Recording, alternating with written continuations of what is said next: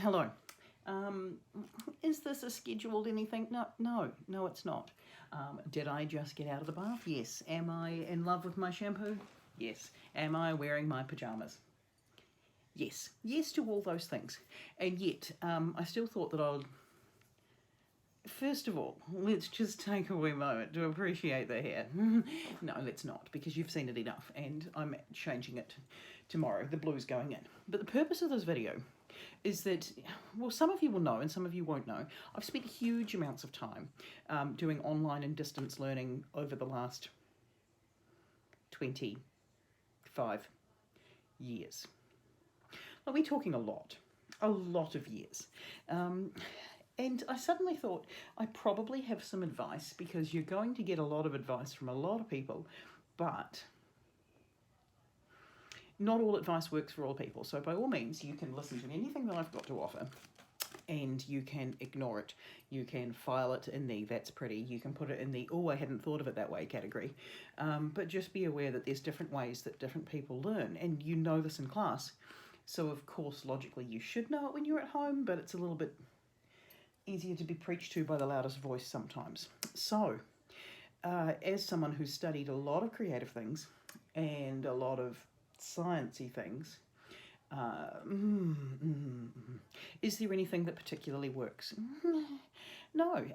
There's the things that I always do that you may notice that I've got a bit of a clean desk going on here, because generally speaking, once a week, if I'm studying or doing something like that, I'll clear off my desk and just rearrange it and just make sure it's neat and tidy. I don't worry about it during the week, because nobody's got time for that. Just nobody. But once a week, if you can just organise things and put everything back so that you can find it again at the start of the next week, it makes it a little bit easier to get going. The next thing is to work out, well, what's not negotiable? What are the things that you can't move? If you know that you've got an assignment due on Friday, that's not movable, so that becomes a priority for that week. No matter how much you don't want to do it, that becomes the priority. If you know that there's a hangout class or a Zoom lesson that you can be scheduled in to go and see, go do that, because as much as it's uncomfortable and it's not fun and nobody really wants to do those sorts of things, those moments where you get to connect with the other people and find out what other people are thinking and what your teacher's thinking are probably going to be the most valuable of anything that you do during the week. My biggest recommendation is to start the day whenever you start the day. Now for me, I start the day at 5 in the morning because I'm an atrocious asshole. That's pretty much the best explanation I've got, really, is that I am that annoying that of course I start the day at 5 in the morning, and that works for me. It works for me to get to wake up at 5, check all my emails, do all that kind of stuff, mentally plan my day, get out of bed, process some videos, do some stuff, make some breakfast, make sure that everybody's got everything they need from me. But I don't expect you to be responding to your emails that you get from me at 7 in the morning, because I don't necessarily think that you're going to be getting up then. If you're getting up at 11 in the morning, cool. Make it work for you. Don't stress out about the fact that you've got 17 teachers who have emailed you 17 different things in the morning, because their day just started earlier than yours did. So just go through and make a little list. Now, my little lists I tend to do on actual paper. I would show you one, but I've thrown them all away because they clean to my desk this morning. But make a physical list. What are the things that your teachers are saying they want you to do today? And then work out which of those are negotiable, which of those do you know how to do, which of those do you not know how to do. Usually people say, jump on the hardest thing first. I never do that, no. I tend to jump on the most fun thing first, and then feel guilt, and then go and do the hardest thing, and then come back to the fun thing, having felt virtuous for doing the hard thing. But if you just go through and you just check off the email and just go, right, chemistry, this is what I have to do. English, this is what I have to do. Drama, this is what I have to do. Then you can work out how and when you have to do that, or when you want to do that. You don't need to stick to a school timetable. You don't need to do it for an hour. You might look at a task and say, I'm going to get that done in 5 minutes because I'm Superman. choice, because somebody else in the class, it's going to take them 2 hours to do the same task because they're just not in the same mental space as you are that day. Just as if you open up the next task and you look at it and you go, oh, hell's bells, that's 3 hours or a whole day. I don't even... There'll be somebody else in the class who it's going to take 5 minutes. If you know these people, by all means, flick them an email and be like, I don't know what I'm doing with this. Can you help? Because 9 out of 10 times they're either going to say, this is what you need to do, you're overthinking it, or they're also going to say, I don't know either, let's contact the teacher. On that, absolutely contact your teachers. And I don't mean in an embarrassing way where you need to, like, you know, pick up the phone and ring. Flick an email and just say, can you explain such and such?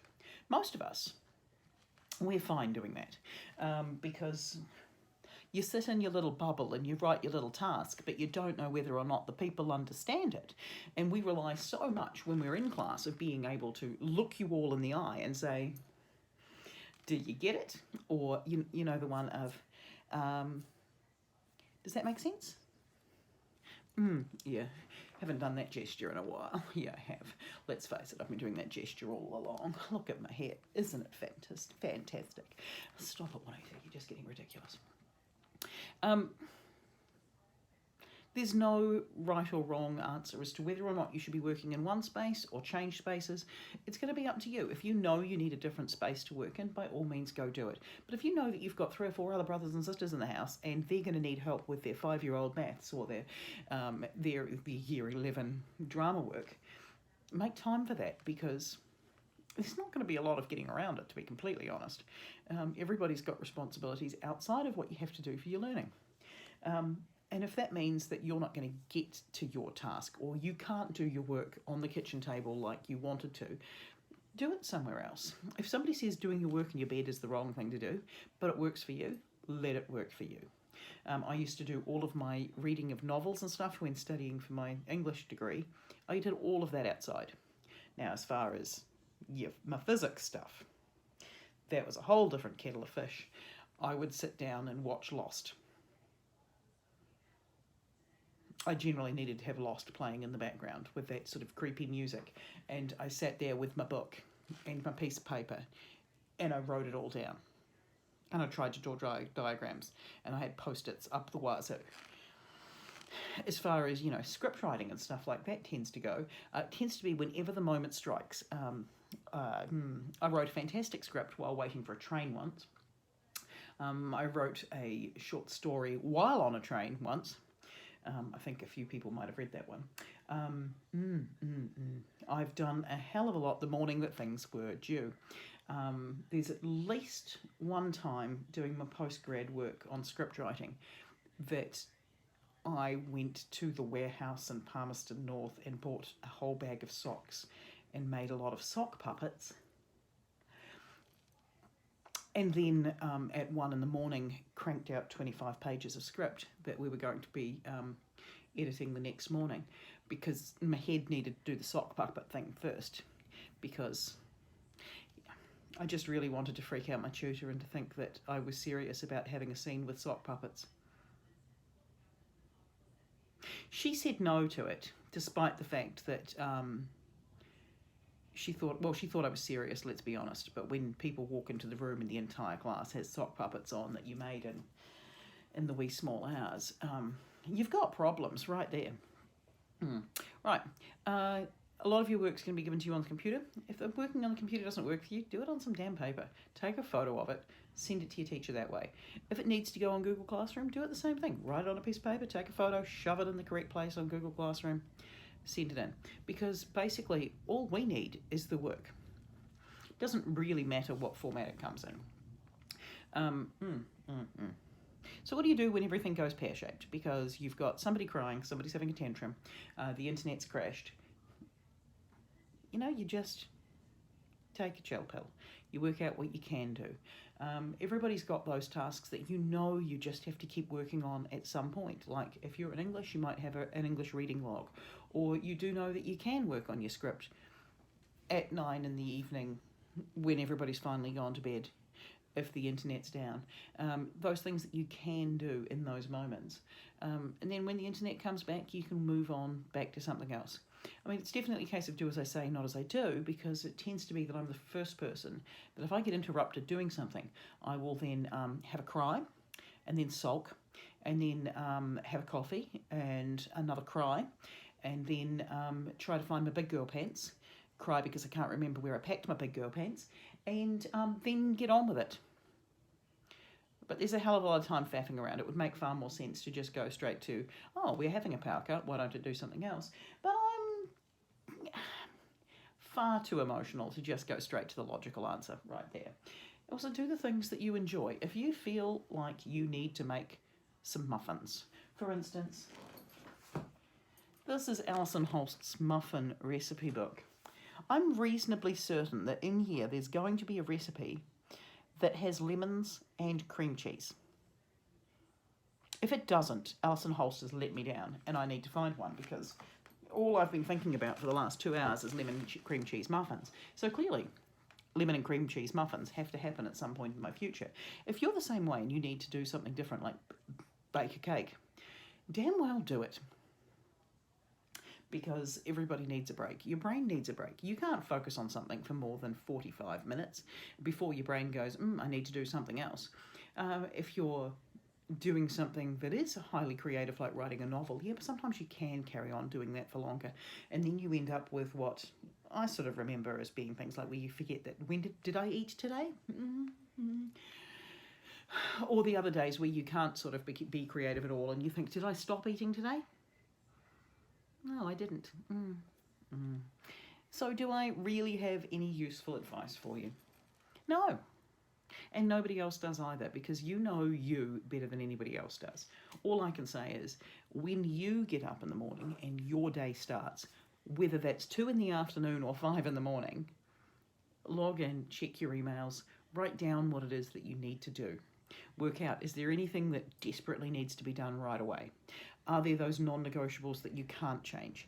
If you've got a Zoom call at 3 p.m, you be in that Zoom call at 3 p.m.